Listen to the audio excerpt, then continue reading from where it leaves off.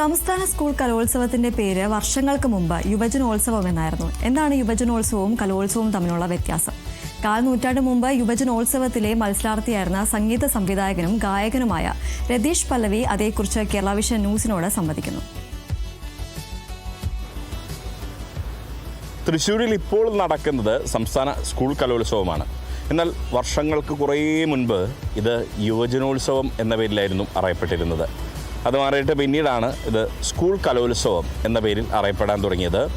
ഈ സ്കൂൾ കലോത്സവവും യുവജനോത്സവവും എങ്ങനെയൊക്കെയാണ് അതിൻ്റെ മാറ്റങ്ങളെന്നൊക്കെ അറിയാൻ വേണ്ടി നമ്മളെ കൂടി ഇപ്പോഴൊരു അതിഥിയുണ്ട്.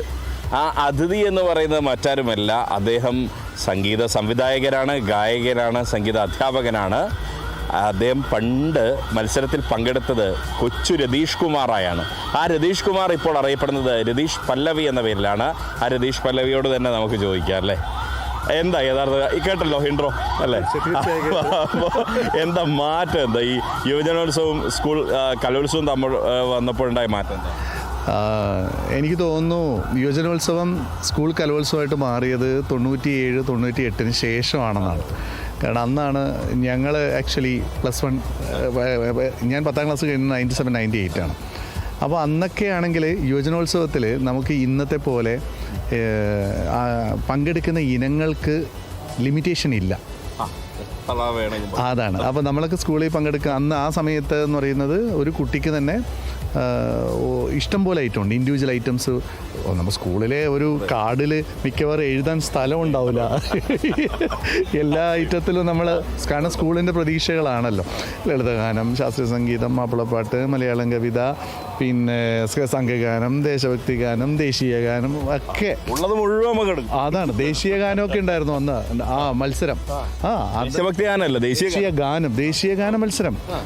കാരണം എനിക്ക് എൻ്റെ ഓർമ്മ ശരിയാണെങ്കിൽ 97-98 കണ്ണൂർ ജില്ലക്ക് നമ്മളത് സബ് ജില്ല കഴിഞ്ഞു സ്റ്റേറ്റിലേക്ക് എത്തുമ്പോൾ നമ്മളൊരു ഒരു ജില്ലാ ടീമായിട്ടാണ് വരുന്നത്. പിന്നെ എല്ലാം ഒരു ബസ്സിൽ എല്ലാവരും ഒരു ടീമായിട്ട് വരുന്നു.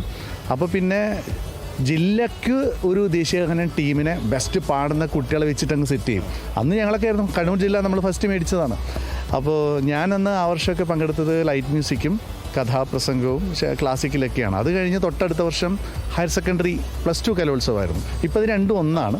പിന്നെ അത് അതെ കലോത്സവമായിട്ട്, പക്ഷേ ഹയർ സെക്കൻഡറി കലോത്സവത്തിലേക്കും ഈ പറഞ്ഞ പോലെ അപ്പോഴേക്കും ലിമിറ്റേഷനായി. പങ്കെടുക്കാൻ 3 ഐറ്റം മാത്രമേ ഉള്ളൂ, ഇൻഡിവിജ്വലി 3 ഐറ്റം.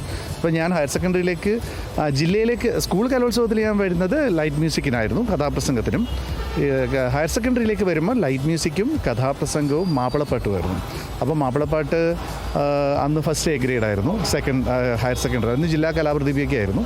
പിന്നെ ഹൈസ്കൂളിലാണെങ്കിൽ അന്ന് ലൈറ്റ് മ്യൂസിക്കിന് എ ഗ്രേഡ് ആയിരുന്നു, ക്ലാസിക്കലിന് കഥാപ്രസംഗത്തിന് എ ഗ്രേഡ് ആയിരുന്നു. അപ്പോൾ അതൊക്കെ ഒരു നല്ല ഓർമ്മകളാണ് തീർച്ചയായിട്ടും.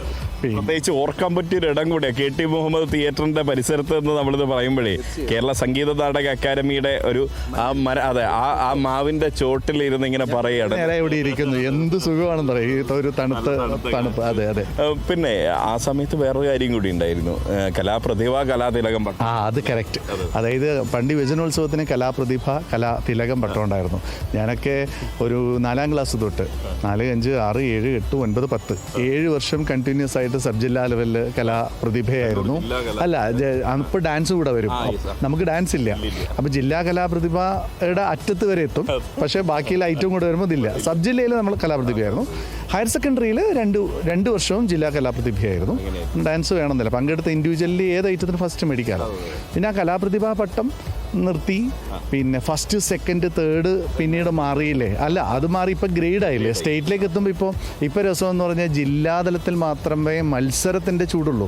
സ്റ്റേറ്റിലേക്ക് എത്തുമ്പോഴത്തേക്ക് ഭയങ്കര സൗഹൃദമാണ്. കാരണം കൂടെയുള്ള കുട്ടികളെ മറ്റേ പറഞ്ഞ പാടുമ്പോൾ പ്രോത്സാഹിപ്പിക്കുന്നു, ഒരുമിച്ച്. കാരണം എല്ലാവർക്കും എ ഗ്രേഡ് കിട്ടിയാൽ മതി. ഒരു കണക്കിന് അതൊരു സുഖമുണ്ട്, ടെൻഷൻ ഫ്രീ ആണ്. പഠിപ്പിക്കുന്ന അധ്യാപകൻ എന്ന നിലയിൽ പോലും നമുക്ക് ടെൻഷൻ ഫ്രീ ആണ്. ആ നിലവാരം നമ്മൾ കാത്തു സൂക്ഷിച്ചാൽ മതി. അങ്ങനൊരു പ്ലസ് ഉണ്ട്. ഞാൻ അതിനിടയിൽ കുറച്ച് വ്യക്തിപരമായ കാര്യങ്ങൾ ചോദിക്കാം. മകൾ പല്ലവി ഗായികയാണ്, അറിയപ്പെടുന്ന ഗായികയാണ്. ഈ കലോത്സവത്തിനൊക്കെ പങ്കെടുക്കാനായോ? ഇപ്പോൾ എത്രാം ക്ലാസ്സിലാണ് പഠിക്കുന്നത്? പല്ലവി ഇപ്പോൾ 7ാം ക്ലാസ്സിലാണ്. അടുത്ത വർഷം മുതൽ ഇപ്പോൾ 7ാം ക്ലാസ്സിൽ ഇപ്പോൾ ജില്ലയിൽ 3 ഐറ്റമാണ് പങ്കെടുത്തത്. 3-ൽ 2 ഫസ്റ്റ് 1 സെക്കൻഡും ആയിരുന്നു. ആൾ നല്ല ഡാൻസറുമാണ്, നല്ലോണം പാടുകയും ചെയ്യും. ലൈറ്റ് മ്യൂസിക്കും ക്ലാസിക്കലും ഫസ്റ്റും കുച്ചിപ്പിടി സെക്കൻഡും ആയിരുന്നു. ഇനി അടുത്ത വർഷം മുതൽ സ്റ്റേറ്റിലേക്ക് ഈശ്വരാനുഗ്രഹം ഉണ്ടെങ്കിൽ ചിലപ്പോൾ നമുക്ക് കാണാം. എങ്ങനെയുണ്ട് ഇപ്പോൾ സംഗീത സംവിധാനം എങ്ങനെ പോകുന്നു, മറ്റു കാര്യങ്ങൾ, സംഗീത അധ്യാപനം എങ്ങനെ പോകും? തീർച്ചയായിട്ടും ഇപ്പോൾ ഫുൾ ടൈം ഓൾമോസ്റ്റ് ബിസി തന്നെയാണ്. 24 hours മ്യൂസിക് തന്നെയാണ്. അത് കമ്പോസിങ് ആയാലും പ്രോഗ്രാം പെർഫോമൻസ് ആയാലും ക്ലാസ് ആയാലും എല്ലാം നമ്മൾ സംഗീതത്തിൽ നിൽക്കണം എന്നാണ് ആഗ്രഹിക്കുന്നത്. പലപ്പോഴും യുവജനോത്സവങ്ങളിലൊക്കെ പങ്കെടുത്ത് വന്ന ഒരാൾ എന്ന നിലയിൽ പലപ്പോഴും അന്ന് നമ്മുടെ കൂടെ ഉണ്ടായിരുന്ന ആൾക്കാരൊന്നും ഇന്ന് ഫീൽഡിലില്ല. 1000 പേര് വന്നാൽ ചിലപ്പോൾ 10 പേരെ ഫീൽഡിലുള്ളൂ. പക്ഷേ സത്യസന്ധമായിട്ട് നമ്മൾ കലയെ സമീപിക്കുകയാണെങ്കിൽ, ആത്മാർത്ഥമായ ഒരു പാഷനോട് കൂടി നമ്മളിത് കലയെ സമീപിക്കുകയാണെങ്കിൽ നമുക്ക് അതിൽ നിന്ന് തന്നെ സന്തോഷകരമായിട്ട് ജീവിക്കാനും പറ്റും. നമുക്കൊരു ജീവിതത്തിൽ എന്താ പറയുക, ഇഷ്ടപ്പെട്ട ഒരു മേഖല അതാണ് കല. അങ്ങനെ ജീവിതം തന്ന ഒരാളാണ് ഞാൻ. മറ്റൊന്ന്, ഈ ഇപ്പം കണ്ണൂർ പിലാത്ര സ്വദേശിയായിരുന്നു, ഇപ്പം താമസമൊക്കെ മാറ്റിയോ? അല്ല, ഞാൻ ബേസിക്കലി പാപ്പിനിശ്ശേരിയായിരുന്നു സ്വദേശം. ഇപ്പം പിലാത്ര ചെറുതാഴത്ത് ആണ് ഇപ്പം താമസം. ഇപ്പം കൊച്ചിയിലുമാണ്. ഇപ്പം കൊച്ചിയിലുമാണ്. 50-50. പിന്നെ ഏറ്റവും അവസാനമായിട്ട് യുവജനോത്സവമാണ് നമ്മൾ ആദ്യം പറഞ്ഞു വന്നത്. ആ യുവജനോത്സവ കാലത്ത് പാടിയൊരു പാട്ട്, ആ മത്സരത്തിൽ പാടിയ പാട്ട് ഓർമ്മയുണ്ടോ? ഉണ്ടെങ്കിൽ പാടാവോ? തീർച്ചയായിട്ടും. ഇപ്പോൾ യുവജനോത്സവത്തിൽ ലളിതഗാനമൊക്കെ നമ്മുടെ ഫേവറേറ്റ് ഐറ്റമാണ്. പക്ഷേ എന്നാൽ പോലും ഞാനൊരു സ്റ്റേറ്റിൽ അന്ന് ഫസ്റ്റ് കിട്ടിയ മാപ്പിളപ്പാട്ടിൻ്റെ ഒരു 4 പേര് പാടാം. ബിണ്ടാർ നബി ചണ്ടല ചുണ്ടുവിരുത്തിരനത്തിലണിന്ത സഹാബരിൽ വിണ്ടാർജിത മണവൂർ കുണ്ടജ് സ്വർഗം അതിരുചിരം പുകളേറിയ രസപൂരം കൊണ്ടാൽ മനസുത കൽബിൽ സഹബാക്കൾ അതുവിധമത്തരുണത്തി വിരുത്തി സദർ കരമേന്തി പടവാളുണ്ടാവേന്തിനി ഇറ്റുമശക്കിഹമേ ഉടനടി മെത്തിനരിബു വരെ ഒത്ത കരുത്തു പെരുത്തു തളർത്തിടുമേ. വരികളൊക്കെ ആ സംഗതിയാണ്. എത്ര സംഗതിയല്ലേ പാട്ട്. ഇതിലും പാട്ടാണ്. അതെ, ഗംഭീരമായിട്ട് ആ സംഗതി കലക്കിയതാണ്. 25 വർഷം മുമ്പ് പാടിയത്. കാൽ നൂറ്റാണ്ടാവുന്നു. അന്ന് യുവജനോത്സവത്തിൽ പങ്കെടുത്തിട്ട് 1/4 നൂറ്റാണ്ടിന്റെ ആഘോഷം കേരള വിഷൻ ന്യൂസിനൊപ്പമാണ്. ഒരുപാട് സന്തോഷം. കേരള വിഷനൊപ്പം, പ്രത്യേകിച്ച് റിയാസിനൊപ്പം ഒരു അല്പസമയം നമുക്ക് ചേരാൻ പറ്റിയാൽ ഒരുപാട് സന്തോഷം. Thank you. അപ്പോൾ എന്തായാലും ഉണ്ടാവട്ടെ. ഓർമ്മകൾ എന്ന് പറയുന്നതേ, ഓർമ്മകൾക്ക് എന്ത് സുഗന്ധം എന്ന് പണ്ട് കവി പാടിയിട്ടുണ്ട്. അതുതന്നെയാണ്, ആ ഓർമ്മകൾ സുഗന്ധമുള്ളതാണ്. അതുതന്നെയാണ് യുവജനോത്സവം നമുക്ക് സമ്മാനിക്കുന്നത്, കലോത്സവവും. ക്യാമറ പേഴ്സൺ അരുൺ മുഴക്കുന്നതിനൊപ്പം Riyas KMR, Kerala Vision News, Thrissur. അമ്മയുടെ കവിത മോണോ ആക്ടിന് വിഷയമാക്കി മികച്ച പ്രകടനം കാഴ്ചവെച്ച പാലക്കാട് മോയിൻ സ്കൂളിലെ 9ാം ക്ലാസ്സുകാരി ശലാക PS. അമ്മ ശാന്തി പാട്ടത്തിന്റെ സോളോ ഗമനം എന്ന കവിതയ്ക്കാണ് മകൾ അഭിനയ ആവിഷ്കാരമൊരുക്കിയത്. ഇത് സോളോ ഗമനം. പൂണൂലിട്ട പൂജാരിയില്ലാതെ, ആണൊരുത്തൻ വരനായില്ലാതെ, നിറപറയും നിലവിളക്കും സാക്ഷിയാക്കി ഞാൻ എൻ്റെ കഴുത്തിൽ താലി കെട്ടുകയാണ്. എന്നിലെ സ്ത്രീത്വം കാത്തു സൂക്ഷിക്കാനല്ല, മറിച്ച് ഭാരതത്തിൽ നിന്ന് പിച്ചിച്ചീലപ്പെടുന്ന സ്ത്രീമാനത്തിനായുള്ള എൻ്റെ ഒറ്റയാൾ പോരാട്ടമാണ് ഈ സോളോ ഗമനം. കാട്ടുന്നോടി, അവിടത്തേക്ക് വരരുത്. ഒന്നാ കൊണ്ടത്ത് ചാടി ചത്തുകളഞ്ഞാൽ ചവടി പോയി ചവ്. എന്റെ ദൈവമല്ലേ, പുത്തുമടിച്ച് താലിഭാഗല്ലാതെ പോയാ ഇവളൊക്കെ ചാവന്നല്ലേ വേദം. ആരാ പറഞ്ഞേ ഞാൻ മൂത്ത് മുരടിച്ചു എന്ന്? എന്റെ സ്വപ്നങ്ങളാ മുരടിച്ചത്. ആരാ പറഞ്ഞേ എനിക്ക് താലിഭാഗ്യല്ലെന്ന്? ഇതേ കണ്ട, ഞാൻ എൻ്റെ കഴുത്തിൽ കെട്ടിയ ഈ മഞ്ഞ ചെരടാണെന്റെ താലി.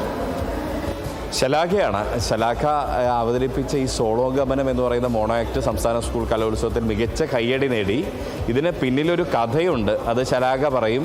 അപ്പം തന്നെ ആ കഥയിലെ മറ്റൊരു കഥാപാത്രം കൂടി ഉണ്ട്. ആ കഥാപാത്രത്തെ കൂടി നമുക്ക് സ്വാഗതം ചെയ്യാം. അത് ശലാഖ എവിടെ പഠിക്കുന്നു, എത്രാം ക്ലാസ്സിലാണ്, എങ്ങനെയാണ് കാര്യങ്ങൾ? ആദ്യം അത് പറയും. ഞാനിപ്പോൾ 9th സ്റ്റാൻഡേർഡിലാണ് പഠിക്കുന്നത്. ഞാൻ പാലക്കാട് നിന്നാണ് വരുന്നത്. ഞാൻ പാലക്കാടിൽ മോയിൻസ് സ്കൂളിലാണ് പഠിക്കുന്നത്. എങ്ങനെയുണ്ടായിരുന്നു? നല്ല കയ്യടിയൊക്കെ കിട്ടിയല്ലോ. എനിക്ക് ഭയങ്കര പ്രോത്സാഹനമായിരുന്നു. എന്തായാലും എല്ലാവരും കയ്യടിയൊക്കെ തന്നു. പിന്നെ ഇത് അമ്മയുടെ കവിതയും കൂടിയാണ്. അപ്പോൾ എനിക്കത് ഭയങ്കര ഒരു പ്രൗഡ് മൊമെൻ്റ് ആണ്. അമ്മയെ ഒന്ന് നമ്മുടെ പ്രേക്ഷകർക്ക് പരിചയപ്പെടുത്തി. ഞാൻ ശാന്തി എന്നാണ് പേര്. ഞാൻ പാലക്കാട് ഗവൺമെൻറ് ശാന്തി പാട്ടത്തിൽ എന്ന പേരിലാണ് കവിതകൾ എഴുതുന്നത്. ഞാൻ മോയിൻസ് ഹൈസ്കൂളിൽ തന്നെ, അവൾ പഠിക്കുന്ന സ്കൂളിൽ തന്നെ ടീച്ചറാണ്. പിന്നെ ഇത് എൻ്റെ സോളോഗമനം കലാകൗമുദിയിൽ വന്ന കവിതയാണ്. അപ്പോൾ അത് സ്ക്രിപ്റ്റ് ചെയ്യാനായിട്ട് ഞാൻ ആദ്യം ശ്രമിച്ചു. പക്ഷേ എനിക്ക് അത്രയും കവിതകൾ മാത്രമേ എനിക്ക് വശപ്പെടുന്നുള്ളൂ. അതുകൊണ്ട് പിന്നെ ഞാൻ നൗഷാദ് സാറെ സമീപിച്ച് സ്ക്രിപ്റ്റ് ചെയ്യിപ്പിച്ചു. അങ്ങനെ നൗഷാദ് സാറിൻ്റെ ശിക്ഷണത്തിലാണ് ശലാക ഇത്തവണ സ്റ്റേറ്റ് ലെവലെത്തിയത്.